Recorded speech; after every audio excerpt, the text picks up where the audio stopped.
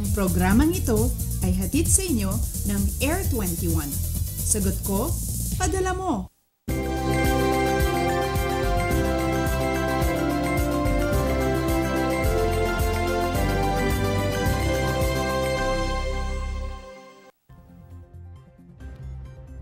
Mayad nga temprano Luzon, maayong buntag Visayas, Mapia, Kapipita, Mindanao. Good morning sa mga estudyanteng napuyat sa pagre-review para nga sa gaganaping quizzes ngayong umaga. Bango na at mag-inat-inat para magising. Kasabay nga ng inyong paghigop ng gatas o kaya naman ay ng kape, hayaan po ninyong busugin ka rin namin ng mahalaga at may init na impormasyon. Ito po ang Panahon TV na mula Lunes hanggang Linggo, una maghahatid sa inyo ng lagay ng panahon.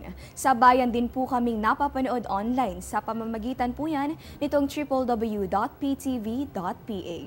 Ako po ang muli ninyong makakasama at maghahatid ng mga dapat ninyong malaman sa lagay ng panahon ngayong beautiful Tuesday morning, July 19, 2016. Ako po si Desiree Jonio.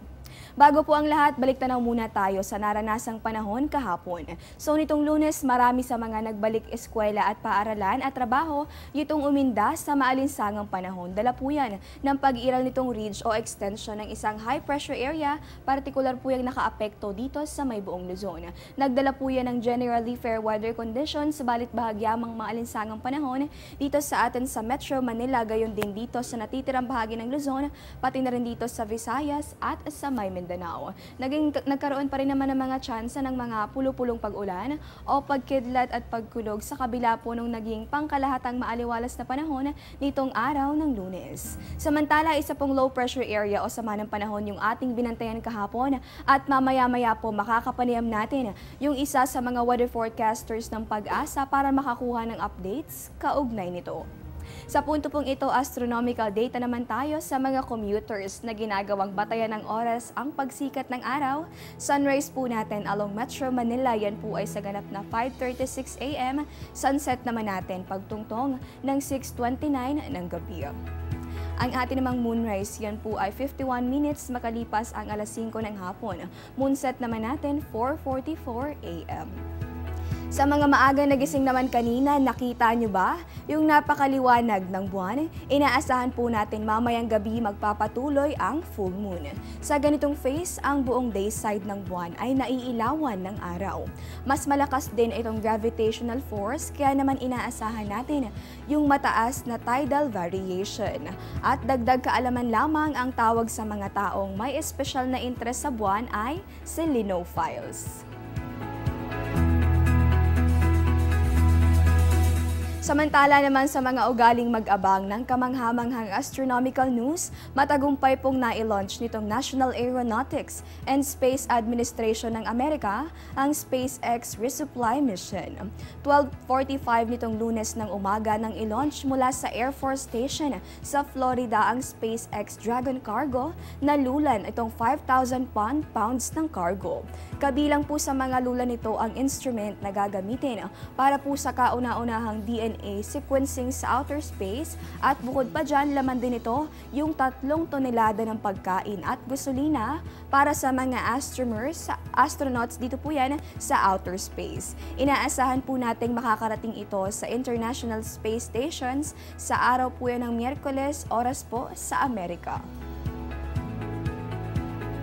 Balik naman tayo dito sa Pilipinas. Nabanggit nga natin kanina na mas malakas yung gravitational pull kapag ganitong full moon, kaya alamin natin yung epekto nito sa ating mga tides. Ayon po sa NAMRIA, pagsapit ng 9:30 ng umaga, inaasahan nating tataas along Manila Bay, yan po ay posibleng umabot sa 1.25 meters. 0.3 meters naman yung inaasahan nating low tide pagsapit po yan ng 5:34 ng hapon. At dahil nga napag-uusapan na rin natin yung level ng tubig, alamin naman natin yung update sa mga pangunahing dams dito sa atin sa Luzon. Kabilang po sa ating mga binabantayan itong Magat, Pantabangan at itong Angat Dam. Sa pinakahuling datos nga mula po sa Pag-asa, nagkaroon pa rin ng pagbaba dito sa mga nabanggit na dam. Unahin po natin yung update dito sa Angat Dam kung saan nakapagtala ng 0.21 meters na pagbaba ng tubig sa mga nakalipas na oras. Bahagyang mas malaki naman yung ibinawas ng tubig dito po yan sa Magat Dam sa Isabela kung saan umabot yan sa 0.30 meters nitong mga nakalipas na oras. meters. Bumaba naman ng 0.23 meters yung level ng tubig. Dito po yan sa Nueva Ecija, partikular na sa Pantabangan Dam, kaya po sa ngayon ay nasa 185.41 meters na lamang yung level ng tubig sa nasa banggit na dam. Weather outlook sa mga susunod na oras at araw at mga detalye sa poster making contest ng DOST, malalaman natin yan sa aming pagbabalik.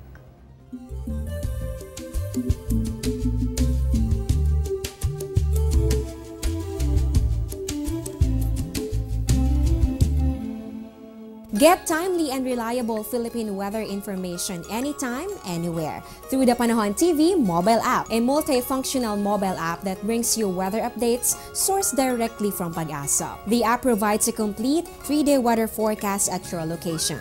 It also allows you to ask or share the weather to the community. It has auto alerts for thunderstorm advisory, rainfall warning, and storm signals over your area. Download for free today, available at Google Play Store and iOS.